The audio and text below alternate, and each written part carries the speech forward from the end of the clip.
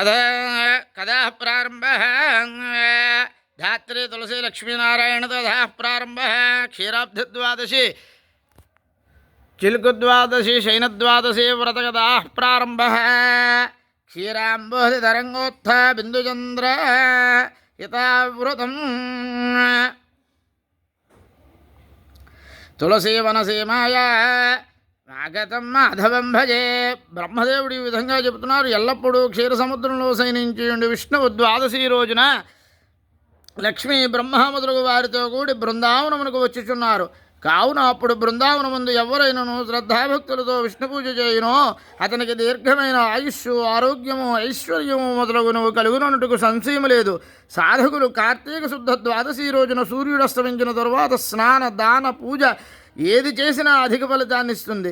క్షీర సముద్రము నుండి లక్ష్మీదేవితో కూడి సమస్తమైన మునుల చేతను నమస్కృతుండై పరమేశ్వరుండైన నారాయణుడు ఎచ్చట వాసము చేయునో అట్టి బృందావన క్షేత్రమందు పూజనీయుడైనట్టు నిత్యుడైనటువంటి తులసీ సహితుడైనట్టు శ్రీమన్నారాయణమూర్తిని బ్రహ్మాద సమస్త దేవతలను శ్రద్ధాభక్తియుక్తులై పూజ చేయవలెను. శ్రీ మహావిష్ణువు వశిష్ఠాది మహామునుల చేత నానావిధ స్తోత్రపూర్వకంగా తులసీవనమందు పూజింపబడిన వాడై ఆ కాలమునందు ఈ కార్తీక శుద్ధ ద్వాదశి నాడు తులసీవనమునందు నన్ను ఎవరు పూజ చేయుదురో వారు సమస్త పాపముల చేతను విడువబడి నా సాన్నిధ్యమును పొందుతారని ప్రతిజ్ఞ చేసెను. ఎల్లప్పుడూ దేవతలేమి, యక్షులేమి, నారదుడు మొదలగు మునీశ్వరులేమి వీరందరూ బృందావనంలో సన్నిహితుడై ఉన్న శ్రీ మహావిష్ణువును సమస్త పాపములు నశించుడుగాను పూజ చేయుచున్నారు. పతితుడు కానీ, మహాపాతకములు చేసిన వాడు కానీ ద్వాదశి రోజున విష్ణువును పూజించిన వాని పాపములు అగ్నిహోత్రములో పడిన ప్రతిపోగు వలె నశించిపోవును.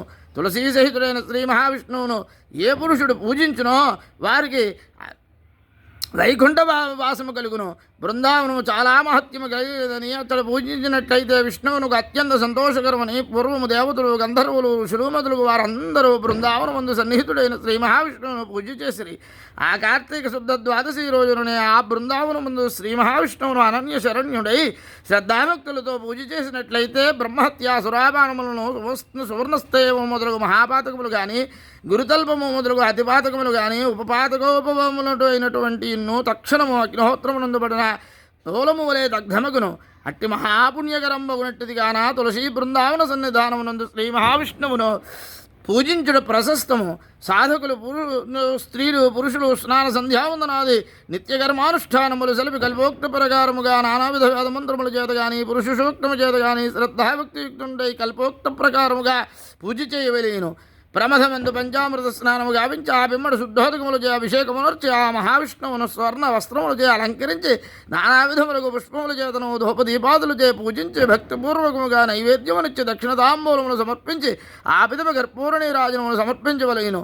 లోకమునందు ఎవ్వరేనియు ఈ ప్రకారము పూజ గావించుచున్నారో వారు సకల పాపముల చేత విడువబడి సమస్త సంపత్ సమృద్ధి కలిగి మిగుల జలిశాలి అయి ఉండును. తులసి చెంత గోమయము చేత అలికి పంచవర్ణముల చేత ముగ్గులు రంగములు అలంకరించి పద్మము, శంఖము, శార్గము, చక్రము, గద, కౌమోదకి, గోపాదములను, వత్సపాదములను ఆ తిన్న మీద అలంకరించి పూజించి ఆ వెనుక గీతవాద్యములతోనున్న వేదఘోషములతోనున్న తులసీ కథను వినవలీను. పూజ చేసిన తర్వాత సంతుష్టుడుగాను స్వచ్ఛమైన మనస్సు గలవాడుగాను కావలీను. పుణ్యము కోరుడు వారు ఎలాగైనా తులసీవ్రత మహాత్మ్యమును వినవలీను. విష్ణుదేవునికి ఏమాత్రమైన ప్రీతి చేయవలెనున్నా తులసీ మహాత్మ్యము భక్తితో వినవలీను. ద్వాదశి రోజున తులసీ కథను విన్నట్టయితే పూర్వజన్మకృతమైన దుఃఖములన్నీ వదిలిపోవును. ఎవరు దానిని వినునో, చదువునో వారు విష్ణులోకమును పొందునో. అప్పుడు పూజాకాలమునందు ధూపదీపములను చూచిన వారు గంగా స్నాన ఫలితములను పొందురు. పాపము గలవాడెవ్వడైనను నీరాజనమును చూసినట్లయితే వాని పాపములన్నీ నిప్పులో పడిన ప్రతిమూలే భస్మమును. ఎవరు నీరాజనమును నేత్రముల యందునో, శిరస్సునందునో అద్దుకురునో వారికి విష్ణులోకము కలుగును. ఆవెనుకును టెంకాయలు, బెల్లము, ఖర్జూరము, అరటిపండ్లు, చెరకుగడ్డలు మొదలగు వాటిని నివేదనము చేయవలెను.